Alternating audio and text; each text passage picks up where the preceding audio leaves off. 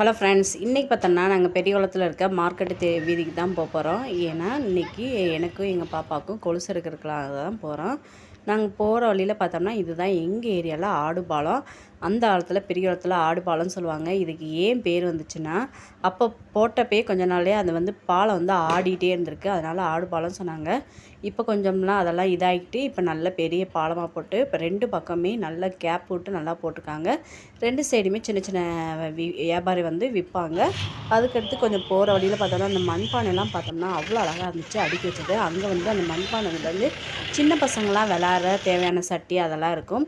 அப்படியே கொஞ்சம் தூரம் போனோம்னா நம்மளுடைய எங்கள் ஏரியா பெரிய மார்க்கெட் இதுதாங்க. இங்கே எல்லா காய்கறியுமே இருக்கும். சீப் அண்ட் பெஸ்ட்டாகவும் இருக்கும். நமக்கு வீட்டுக்கு தேவையான எல்லா பொருளுமே இங்கே தான் நாங்கள் வாங்குவோம். இந்த மார்க்கெட்டு வீதிக்கு சைடு வந்தோம்னா அரிசி, பருப்பு, காய்கறி, அதுக்கடுத்து ட்ரெஸ்ஸு, வீட்டுக்கு தேவையான ஜாமான், பிளாஸ்டிக் எல்லா பொருளுமே வாங்கலாம்.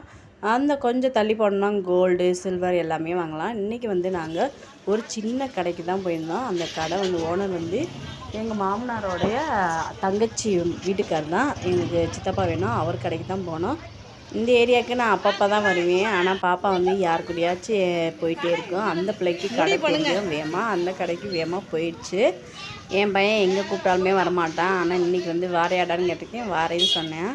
அவனும் கூடயே வந்தான். வீடியோ எடுத்துருக்க பார்த்தாலே அவனுக்கு பிடிக்காது. அவன் அப்படியே எஸ்கேப் ஆகி ஓடியான். இந்த கடைக்கு தான் கடைக்கு வந்துட்டோம். உள்ளே போனேனே அவர் வச்சுருந்ததெல்லாம் காமிச்சார். சைஸ் எல்லாம் பாப்பாவுக்கு ஒரு கொலுசு செம்மையாக இருந்துச்சு. அந்த டிசைனும் பிடிச்சிருந்துச்சி. கடைசியில் போட்டு பார்த்தா அது டைட்டாக இருந்துச்சு. அவள் சைஸுக்கு எடுக்கணும்னா பார்த்தோம்னா கொஞ்சம் ரேட்டும் அதிகமாகவும் இருந்துச்சு, இல்லாட்டி ரொம்ப கம்மியாக இருந்துச்சு. அந்த மாதிரி தான் இருந்துச்சு. அதுக்கு அவளுக்கு தகுந்த மாதிரி நாங்கள் எடுத்தோம்.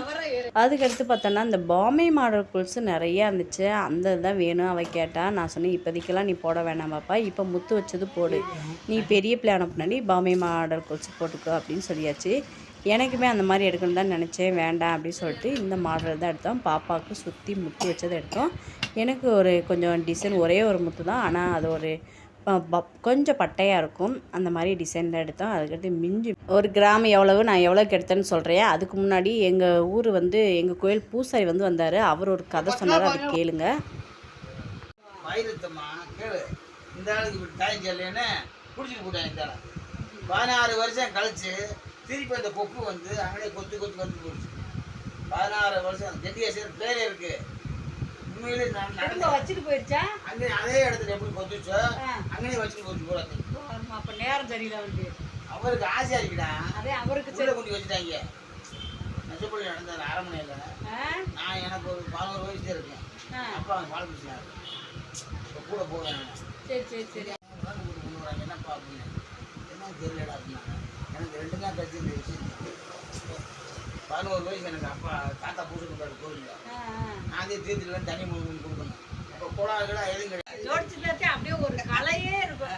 இந்த வட்டம்ல பச்சையில் ஜோடிச்சிருக்கு அம்மாவை. பச்சை பசுமையாக இருக்கட்டும். அப்படி இருந்தும் 10 பேர் உள்ள போட்டாங்கடா.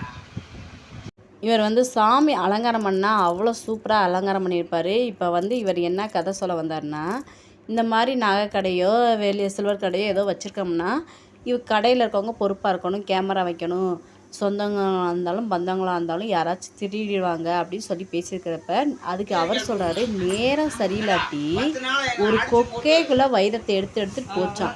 16 வருஷம் கழிச்சு தான் அந்த வைரத்தை அந்த கொக்கு வச்ச மாதிரி ஒரு கதை.